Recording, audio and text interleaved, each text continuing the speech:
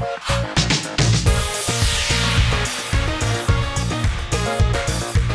this video, I'm going to share with you 5 tips I could correlate from my business experience that relate to interview and interview prep specifically, right? And the reason why I'm doing this is because I know many of you correlate these things, and job interviews are very close to business as well, and I mean as close as you can get as an employee, right? And I know many of you also run or have previously run small businesses, so I think this could be of help, right? Tip number 1, don't be shy. Okay, you should seek and even embrace help.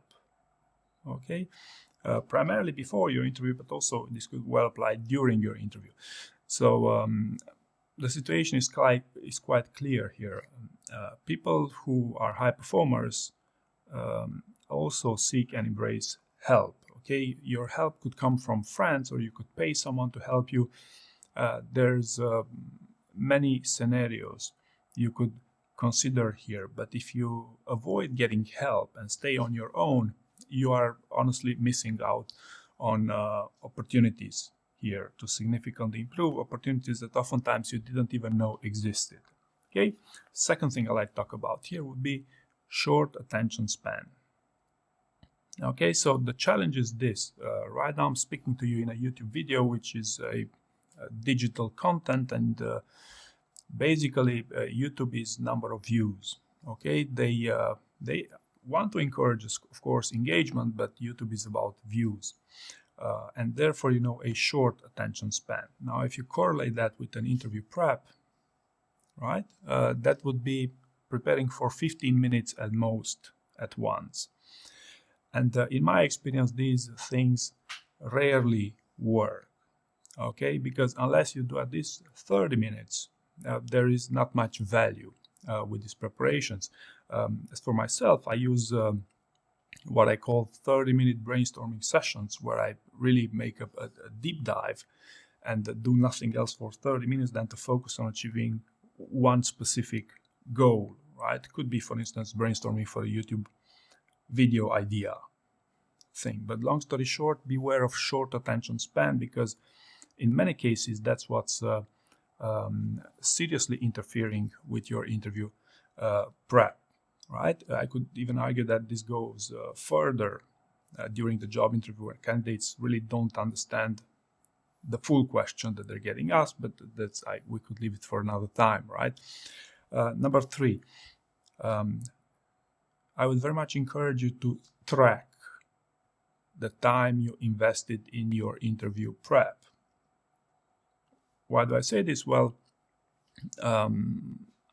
let's start with the reasoning from business. I found that the better I tracked my finances and sources of income and where the money comes from, the better I was able to have a coherent plan moving forward.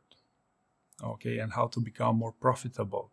Same way it goes if you track the time you invest in your interview prep. You'll know exactly how much time you invested and for what. Okay, and you will be surprised about your employment of time, and you'll be surprised how little time you actually invested versus the time you thought you invested into this. By the way, watching YouTube videos doesn't qualify as interview prep. And one more trick here. Try to set yourself goals such as, I want to throw 50 hours in this endeavor. For example, you want to apply for a PM role with Microsoft. You want to throw 50 hours of interview prep into it. Can you do this?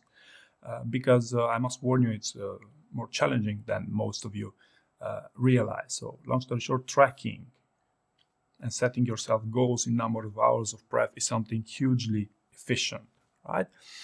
Number 4, there's a huge difference between what you like and what you must prep, right? And I could give you a number of examples here specifically to interviews. Many candidates would always choose a strength they like to have versus the strength they have for the purpose of a job interview, right?